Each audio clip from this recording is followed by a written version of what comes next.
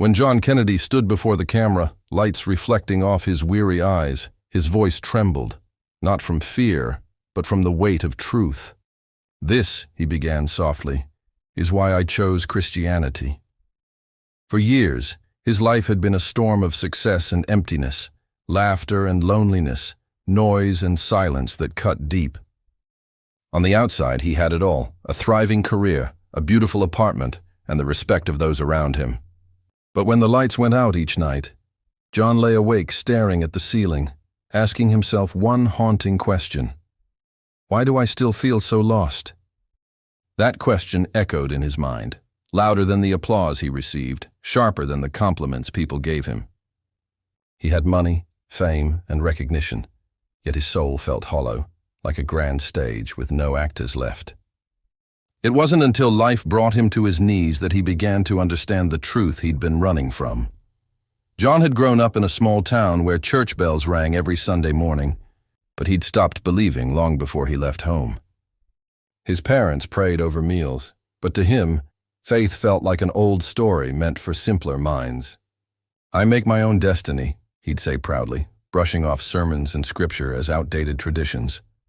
Moving to the city gave him everything he thought he wanted: a world of ambition, parties, and endless opportunities. Yet with each promotion, each fleeting relationship, the void inside him grew larger. His heart became a battlefield between desire and despair, between purpose and performance. One night, after a long day of pretending to be fine, he sat alone on his balcony watching the city lights flicker like dying stars. It was then he whispered into the darkness, "If there's a God, where are you?" The silence that followed felt unbearable, but deep within it, something stirred.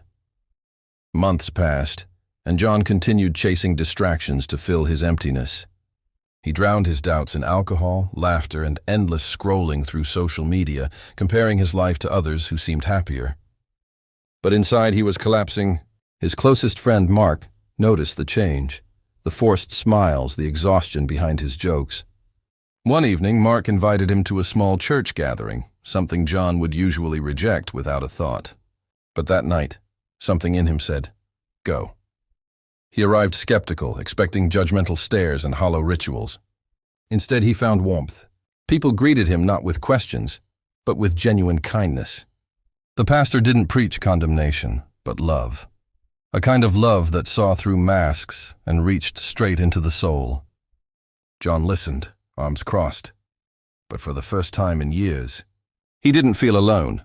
After the service, an elderly woman approached him with gentle eyes and said, "You look like someone carrying a heavy load." John tried to laugh it off, but her words pierced through his defenses. "I don't know what you're talking about," he muttered, though his trembling hands betrayed the truth. She smiled and replied, "That's all right, dear. God knows even when we don't say it." That night her words haunted him. They followed him into his dreams, echoing in the quiet corners of his heart. For days he couldn't shake them off. He began reading bits of the Bible out of curiosity, expecting confusion, but instead he found clarity. Verses like, "Come to me, all who are weary," spoke to his exact pain as if written for him alone. He didn't understand it yet, but something sacred was awakening inside him. Then came the breaking point. John received a call that shattered his carefully built world. His mother was diagnosed with late-stage cancer. The news hit him like a thunderclap, sending him spiraling into grief and panic. He rushed home, helpless as he watched the strongest woman he knew fade away day by day. "Why her?" he cried one night, slamming his fists against the wall. "If you're real, why would you let this happen?" His anger burned, but beneath it was desperation, a cry for hope. One evening, his mother asked him to sit beside her. With fragile hands, she whispered, "John, I'm not afraid. My peace doesn't come from this world, it comes from him." Her faith stunned him. As tears streamed down his face, he realized she possessed something he'd been missing his entire life: peace, even in pain. When she passed away, John was broken, but changed. He went back to the city, carrying her Bible in his backpack like a lifeline. Each page felt alive, whispering truths his heart had long resisted. He started attending church regularly, not for answers, but for presence, for something real. He confessed to the pastor one evening, "I've spent my life chasing everything but God." The pastor smiled softly and said, "Then stop running." Those 3 words became a turning point. In that quiet church, surrounded by strangers who soon became family, John surrendered. With tears streaming down his face, he prayed, really prayed, for the first time. "Jesus, if you're real, take what's left of me." And in that moment, he felt something he couldn't explain, a warmth, a peace, a love that filled every empty space. From that day on, John's life began to transform, not instantly but steadily. The same man who once found meaning in status now found joy in service. He started volunteering at shelters, mentoring young men lost in the same darkness he once knew. His faith became his foundation, not a mask but a mirror reflecting grace. People noticed the change. "You're different," his colleagues said. He'd smile and reply, "I finally stopped trying to be in control." For the first time, he wasn't chasing approval. He was living from love, not for it. Every morning he read a verse and prayed before stepping into the chaos of the day. His circumstances didn't magically improve, but his heart did, and that made all the difference. Years later, John stood on a stage, not as an actor, not as a businessman, but as a man redeemed. He shared his story with tears and laughter, telling the crowd how he'd tried everything before finding truth.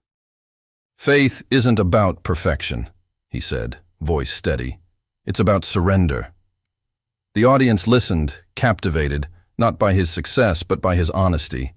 He spoke of his doubts, his losses, and the grace that never let him go. When he finished, people came forward, some in tears, others silent but moved. Many said they saw themselves in his journey, lost, tired, but still searching. That night, John realized that even his darkest moments had purpose. They were leading him here, to this testimony of hope. The video of that talk went viral within days.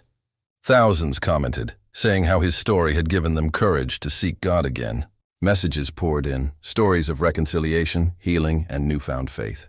John read them all with tears in his eyes, overwhelmed by how God could use his brokenness to touch others.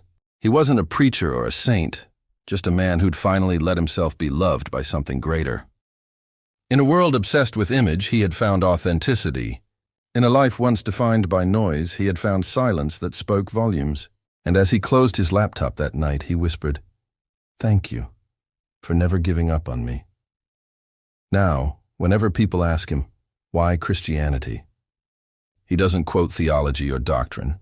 He simply smiles and says, "Because I met the one who didn't walk away when everyone else did." His faith isn't about religion, it's about relationship, about a love that chased him through the darkness and lifted him out of despair. John Kennedy's story isn't about finding God in a church. It's about realizing God was there all along, waiting for him to come home. And as he ends his testimony with a quiet smile, he says, "If you're searching, don't be afraid to open the door. He's already knocking." And in that final moment, his words echo through hearts across the world, a reminder that grace can find us, even in the deepest shadows.